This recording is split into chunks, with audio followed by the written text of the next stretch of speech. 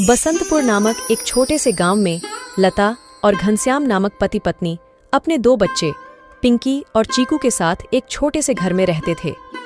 घनश्याम सेठ धनीराम के यहाँ खेतों में मजदूरी का काम करता था और लता गांव के एक बंगले में खाना और साफ सफाई का काम करती थीं।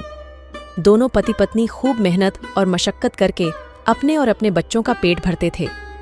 यूं तो हमेशा ही गर्मी के समय 40 डिग्री तक तापमान चला जाता था, लेकिन इस साल तापमान बहुत ज्यादा बढ़ गया था, जिस वजह से बसंतपुर गांव के लोग बहुत ज्यादा परेशान थे। दिन हो या रात हो, लोग गर्मी से बेहाल थे।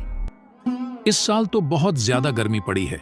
इतनी कड़ी धूप में काम करना बहुत मुश्किल हो गया है। घर से निकलते ही पसीना बारिश की तरह टपकने लगता है। इतनी भारी गर्मी में तो काम पर भी जाने का मन नहीं करता। न जाने इस साल की गर्मी कैसे कटेगी। चलो अच्छा, मैं काम पर जाता हूँ, वरना सेठ गुस्सा करेंगे। घनश्याम मजदूरी पर चला जाता है। पिंकी और चिंकी एक सरकारी स्कूल में पढ़ते थे। लता पिंकी और चिंकी को स्कूल छोड़कर काम पर चली जाती है। उस बंगले में मालकिन हेमलता और मालिक रामचंद्र अपने दो बच्चे टीना और शिवम के साथ रहते थे। अरे लता, आ गई तू। अब चल जल्दी से सारे काम निपटा लो।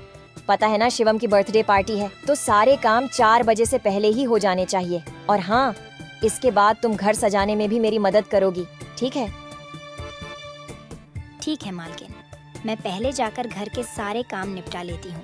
इसके बाद घर को सजाने में मैं आपकी मदद करूँगी। ऐसे लता घर के सारे काम करने के बाद हेमलता की घर को सजाने में मदद करती है। हेमलता और लता मिलकर पूरे घर को अच्छी तरह से सजा देते हैं। अच्छा मालकिन, मैंने घर के सारे काम निपटा दिए हैं और पार्टी की सारी तैयारी भी हो गई है, तो अब मैं घर जाती हूँ।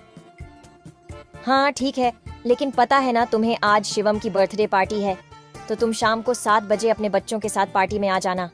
और हाँ, मुझे तुम्हारी थोड़ी मदद की भी जरूरत होगी। ठीक है मालकिन, मैं शाम के समय बच्चों के साथ यहाँ आ जाऊंगी। ऐसा कहकर लता घर चली जाती है और दोनों बच्चों को तैयार करके शाम को 7 बजे पार्टी में आ जाती है। पार्टी बहुत ही शानदार होती है। लता के बच्चे इतना बड़ा घर देखकर कहते हैं, अरे यार चिंकी, यह घर कितना बड़ा है और कितना सुंदर है। बाहर कितनी गर्मी है, फिर भी इनके घर के अंदर कितना ठंड लग रहा है। पिंकी और चिंकी की बातें शिवम सुन लेता है और वह उनसे कहता है, अरे ये घर ठंडा इसलिए लग रहा है क्योंकि हमारे घर में हर कमरे में एसी लगा हुआ है। ओह, मतलब कि एसी लगाने से घर बहुत ठंडा हो जाता है। दीदी, हम भी अपने पिताजी को अपने घर में एसी लगाने के लिए बोलते हैं ना, हमारे घर में भी बहुत ठंडा लगेगा। चलो बच्चों, इधर आओ, केक काटने का टाइम हो गया है। जब केक काटने लगता है तो पिंकी और चिंकी एसी की ठंडी ठंडी हवा खाते खाते शिवम के कमरे की तरफ चले जाते हैं और शिवम के कमरे के बाहर खड़े होकर एसी की ठंडी ठंडी हवा का मजा लेने लगते हैं।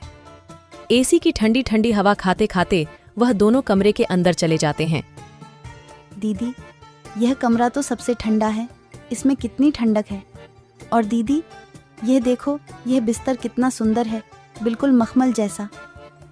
दोनों बेड पर बैठ जाते हैं और ठंडी ठंडी हवा का आनंद लेने लगते हैं।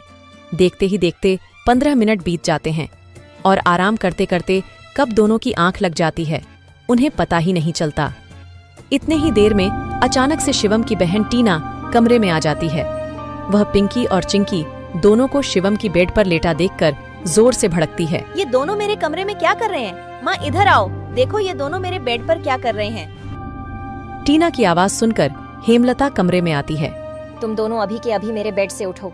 पिंकी और चिंकी हेमलता की आवाज सुनकर जग जाते हैं। लता भी हेमलता की आवाज सुनकर भागी भागी चली आती है। क्या हुआ मालकिन? आपकी बहुत जोर से नीचे आवाज आ रही थी। क्या हुआ?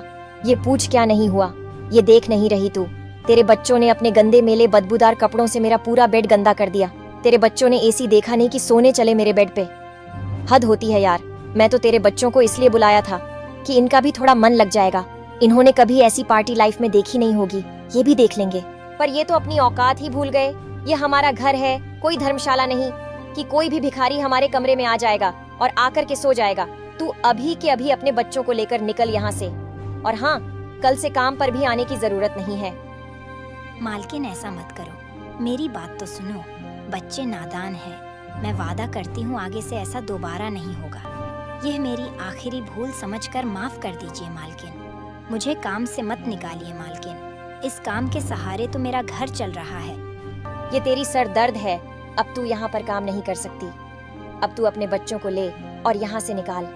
हेमलता लता और उसके बच्चों को घर से बाहर निकाल देती है और आगे से काम पर आने को भी मना कर देती है। अब लता के पास कोई काम नहीं था। घर का सारा भार अब घनश्याम के कंधों पर आ गया था। हे भगवान, आज तो खाना बनाने के लिए आटा भी नहीं है। अब मैं आटा कहाँ से लाऊं? मेरे पास तो अब और पैसे भी नहीं है। और जो तनख्वाह घनश्याम जी को मिली थी वह सब घर खर्चे में खत्म हो गए। मेरा क्या है? मैं तो पानी पीकर भी सो जाऊंगी, पर बच्चों को क्या? भूखे पेट इन्हें नींद कैसे आएगी? आ गए आप। घर में राशन खत्म हो गया है। आज खाने में कुछ नहीं बना है। कोई बात नहीं, खाना आज मैं अपने साथ लेकर आया हूँ। सेठ जी के यहाँ पर आज दावत थी तो उन्होंने कुछ खाना बच्चों के लिए भी भिजवा दिया है। ऐसे उस रात तो वह सभी खाना खाकर सो जाते हैं।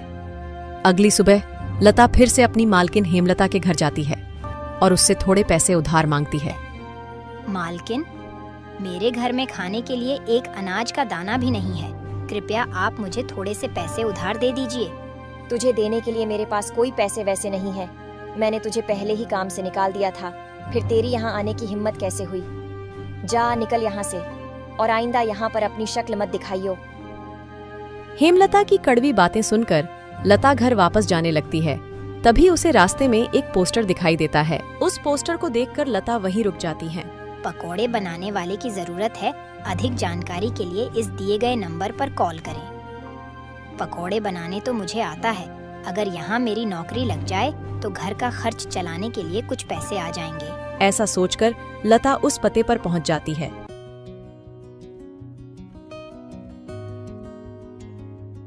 भैया, मैंने आपका पोस्टर देखा। आपको किसी पकोड़े बनाने वाले की जरूरत है? हाँ, जरूर तो है। तुम पकोड़ा बना लोगी। क्या तुम्हें पकोड़े बनाने आते हैं? हाँ, सब मुझे कई तरह के पकोड़े बनाने आते हैं, जैसे मिर्च का पकोड़ा, पालक का पकोड़ा, पनीर का पकोड़ा और भी कई प्रकार के पकोड़े मुझे बनाने आते हैं। तो ठीक है, तुम आज से ही काम पर लग सकती हो। ऐसे लता पकोड़े बनाने वाले के साथ काम पर लग जाती है और ग्राहकों को पकोड़े सर्व करने लगती है। ऐसे ही शाम हो जाती है और रमेश के सारे पकोड़े बिक जाते हैं। चलो, आज तो सारे पकोड़े बिक गए। आज तो तुमने पकोड़े सिर्फ सर्वे किए हैं, लेकिन कल से तुम्हें पकोड़े बनाने भी होंगे। हाँ साहब, मैं बहुत ही स्वादिष्ट पकोड़े बनाना जानती हूँ। तो ठीक है, ये लो आज के काम के पैसे। 300 रुपए लेकर लता सबसे पहले राशन की दुकान पर जाती है और वहां से राशन का सामान खरीदकर घर आ जाती है। घर पहुंचकर लता सबसे पहले बच्चों के लिए खाना बनाती है और उनको परोसती है। चिंकी, पिंकी, आ जाओ, खाना खा लो। इतने में घनश्याम भी वहां आ जाता है और लता घनश्याम को अपने नए काम के बारे में बताती है। इस तरह सारे मिलकर खुशी खुशी खाना खाते हैं। अगली सुबह लता बच्चों को स्कूल छोड़कर वापस काम पर चली जाती है। दुकान पर पहुंचकर लता पकोड़े बनाती है। लता के बने हुए पकोड़े ग्राहकों को बहुत पसंद आते हैं। लता के बने हुए पकोड़े खाकर ग्राहक पकोड़े की बहुत तारीफ करते हैं। उनको आज के बनाए हुए पकोड़े कल से भी ज्यादा अच्छे लगे। रमेश भाई, तुम्हारे आज के पकोड़े का तो कोई जवाब ही नहीं। इससे स्वादिष्ट पकोड़े मैंने आज से पहले इस होटल में कभी नहीं खाए। आखिर आज ऐसा क्या मिलाया है इन पकोड़ों में जो इतने स्वादिष्ट बने हैं? आज तो मैं एक और प्लेट खाऊंगा। मेरे लिए एक एक्स्ट्रा प्लेट पकोड़े लगा दो। ऐसे रमेश अपने ग्राहकों के मुंह से पकोड़े की तारीफ को सुनकर लता से कहता है।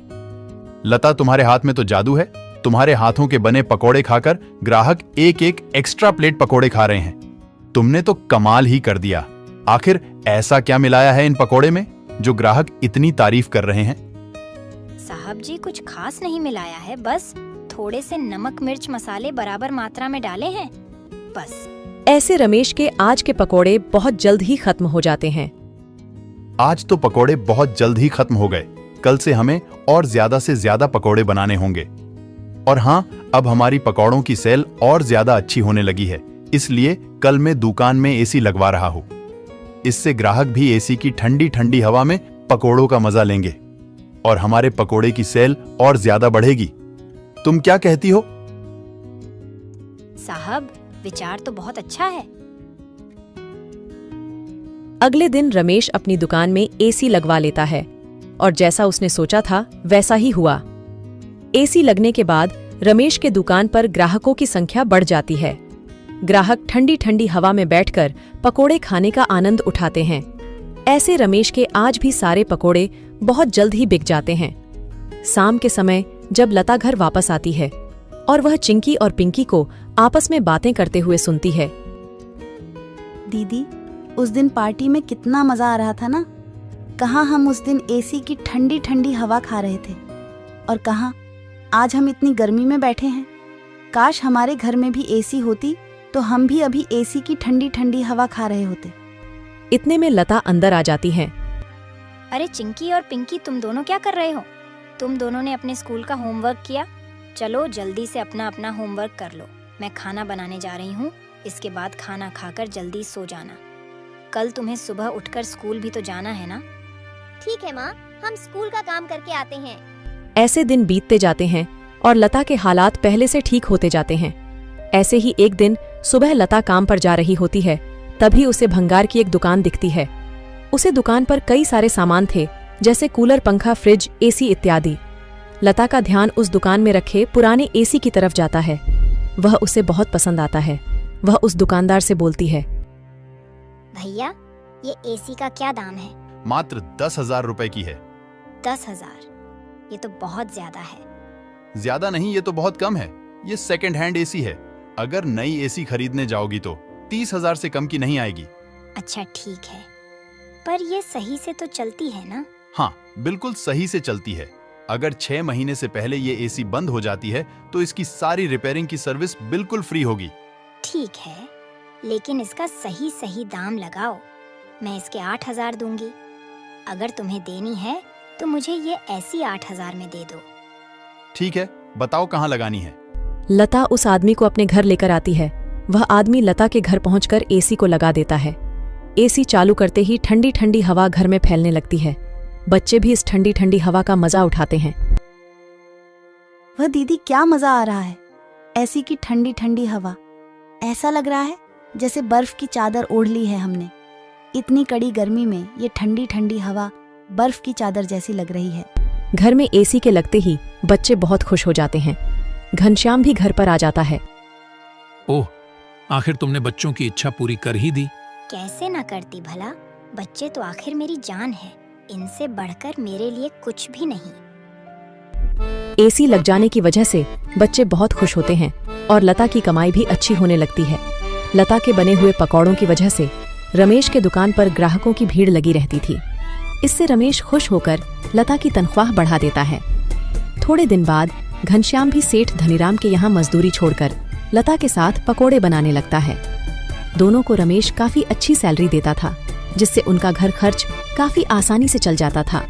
बच्चे पूरी गर्मी ऐसी की ठंडी ठंडी हवा में गुजरते हैं और इस तरह वह लोग अपना जीवन खुशी खुशी जीने लगते हैं।